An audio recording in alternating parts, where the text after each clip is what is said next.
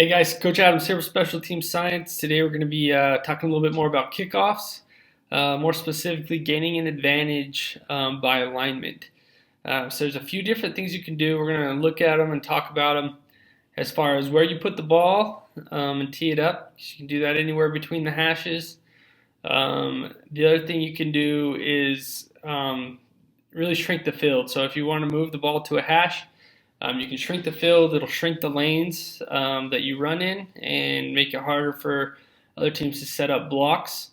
The other thing you can do by shifting the placement of the ball is see how you're going to force the kick return team to adjust their alignment as well, and then that can create some openings. So we're going to look at a couple of these. This will be a real quick one today, real short one, just a little tips on.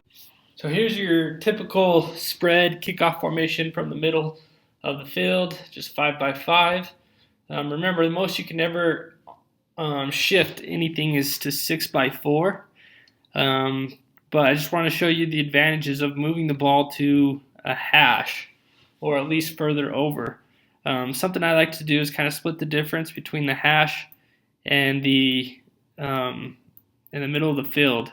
So I like to move the ball over to here, closer to the hash, not quite all the way to the hash.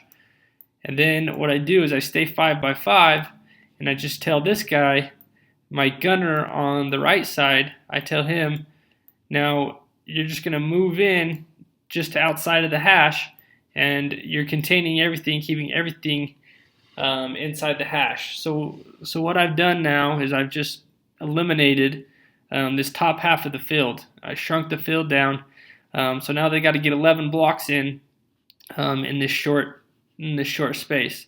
Usually, what teams will do is shrink their formation down as well to look something like this, and they'll align with the ball. You'll catch a situation or two though where people will not adjust to the ball. And I'll show you what you can do in those situations that you can take advantage of.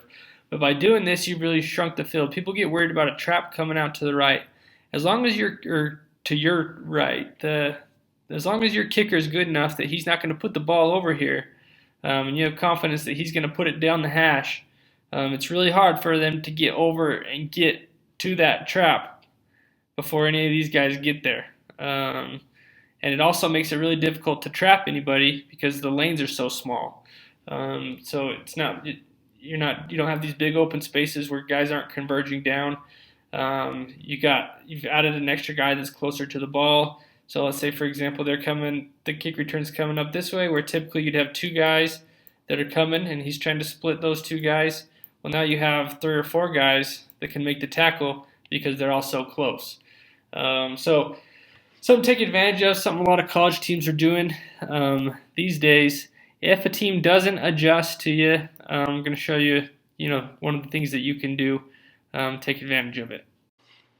So here's one time we took advantage of alignment. I noticed in the game film that the other team had been kicking off from the hash to shrink the field, and the other team hadn't been adjusting.